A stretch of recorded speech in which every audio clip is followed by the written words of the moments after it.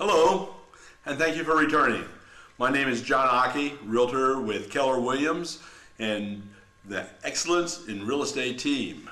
You've joined me for part 2 of my special video report based on the written report I make available to my buying clients on how to find the right professional to help you get the Hemet home you desire. In the first part of this special report, we talked about the activities of a realtor, of a professional realtor, prior to the acceptance of an offer, up to and including the acceptance of an offer. And to be honest with you, that's the fun part. We talked about the interview process, how an agent's going to interview you and how you need to interview the agent, some of the questions you need to ask. In this part, well, let me tell you why that's the fun part. This is my little secret, okay? Don't tell anyone. I'm a shopaholic. And if you have $500,000 to go spend on a house, or $300,000 or $700,000, I can help you spend $500,000. Shh, no problem. That's fun. You know why we make the big bucks? It's because what happens after the fact. Okay, buying a house, finding a house, writing the offer, a little bit of paperwork. All right, maybe it's about that much paperwork.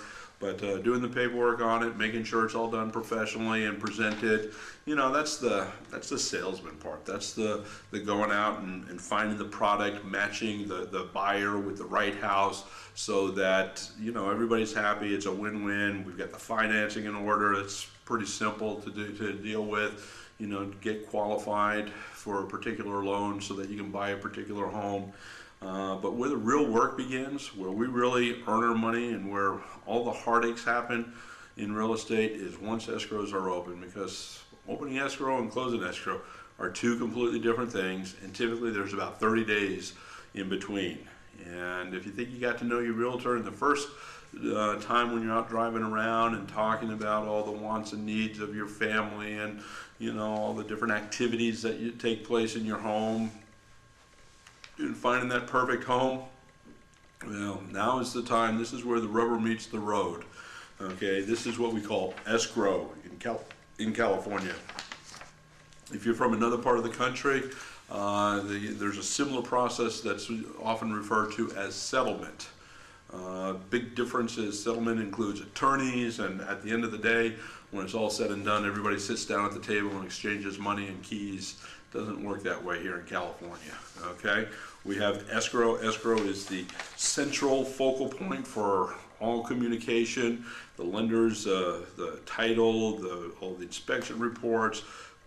Escrow works for both sides. For both realtors come together, the buyer, the seller, everybody comes together through escrow, and that's why each party pays their own fees for escrow, because escrow does not represent one over the other. It represents both parties mutually. And it's basically making sure all the T's are crossed and all the I's are dotted. And that's what makes it tough, because a good escrow officer is tough because they want the loan to close. Because if the loan doesn't close through escrow, there's a good chance that the lender is going to, at the last minute, throw in a red flag. Or because something else didn't happen properly, a red flag is going to be thrown in. I had an example, it just happened this week, just this week, and this is March 18th. I can tell you about it. I won't mention any names, but we had a listing. Was originally listed for $739. Been on the market about 6 months.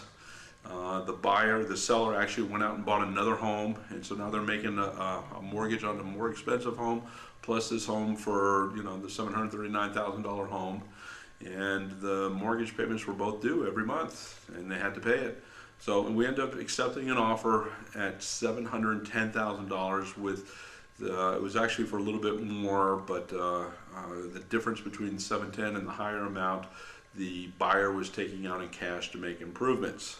So it was a kind of a tricky situation to start with, and one that not everybody felt really good about, but it was the best thing happening, so we moved forward. And we spent a lot of time on this. It was supposed to be a 2-week escrow back in January, and here it was March 17th is when it blew out. So it'll tell you how things get delayed. Turns out that, and I don't know where to point the blame, I can only say escrow, because they're the ones who gather the information to make sure everybody's aware. I guess we can take some responsibility for it as well, because we didn't have the information, but ultimately I'd say the bottom line falls on the shoulders of escrow. there was a $14,000 surprise to the seller. The seller had a prepayment penalty that was never disclosed until we got down to the wire. They were filling out the HUD-1 form, and the HUD-1 is the settlement showing where every dollar that comes in, where it comes from, and every dollar that goes out and where it goes to. $14,000 upset that apple cart, and it would have left my seller owing money to pay off the mortgage that they had after they would have paid off commissions and their closing costs and everything else. So that deal went south. 2 months worth of work on a 14-day escrow. Bottom line is, things don't always happen the way that they're supposed to happen. And every realtor will have a similar horror story. Okay, I'm not telling you this because I'm a bad realtor. I'm telling you this because it's a horror story that I've just recently lived, and every realtor worth his salt who's had enough transactions has had stuff that has gone south. And this is just one example. So what happens in an escrow, and why is it that you want to know that you have an agent who's qualified when you're interviewing an agent and selecting the right professional to work for you? Why do you want to know about his experience with escrow and how he coordinates? Because being a realtor, a professional realtor, is really about two sides. There's two things, two main tasks that we're focused on. One is the buying and selling of real estate. Okay, again, that's the fun part. That's the salesman part. And then there's the administrative part. It's bringing together all of the responsible parties. It's the loans have to be monitored on a regular basis. Make sure the lender isn't looking for any type of special documentation, because the lenders have their demands. We want to make sure the title insurance is ordered. We want to make sure the homeowner's insurance policy is ordered, although only you as the home buyer can order that home insurance, but I want to make sure that it's done. There's inspections that have to be taken place. Typically in California, the standard time is 17 days in order to complete all inspections and remove contingencies from a loan. Once we get past that point and we sign paperwork, there's paperwork that removes the contingency period, shuts it down. It means we're moving forward. Those first 17 days, anything can happen.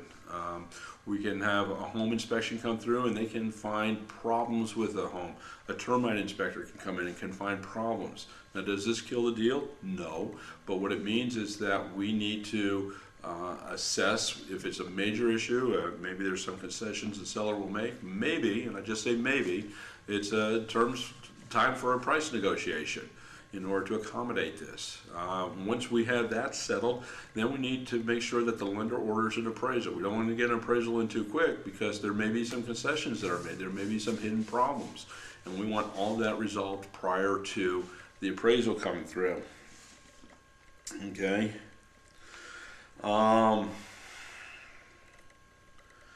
Okay, there's also the loan process, all the loan documents. You know, even though in today's economy, in today's market, we have no qualifiers and no doc loans, and you know, there's a lot of different, there's over 500 loan programs out there. So hooking up with the right mortgage broker is essential, and then working with that mortgage broker to make sure that they gather all of the documents that they need. The last thing you want is to have a loan program that's put together, submitted, and you've waited 2 or 3 weeks, and then the underwriter's looking at it, they've got the appraisal and say, oh, wait a minute, I don't have his tax forms, or I don't have his proof of employment, or I need a lease from his, where he's paying rent for his apartment right now.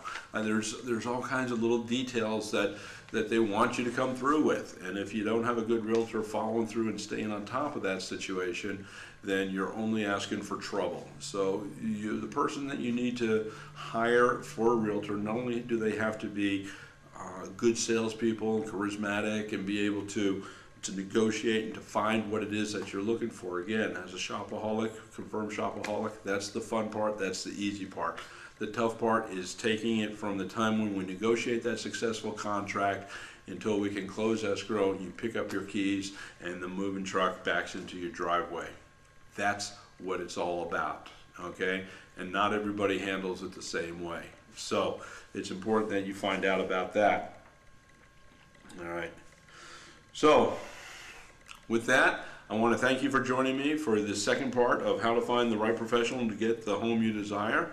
And if you have any questions, or if you'd like a printed copy of this report, please call me at 951-443-6259 or email me at thehouseseller, That's TheHouseSeller, no spaces, thehouseseller@gmail.com. That's G as in Google, and then mail as in U.S. mail, Gmail, thehouseseller@gmail.com. Thank you very much for tuning in and watching this short video. I hope that you have found it useful. I hope that it has stimulated your thought process to ask questions and to help you select the right professional to help you buy your new Hemet home.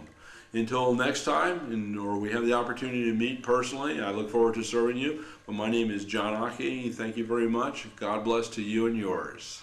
Have a great day and make every day a great one.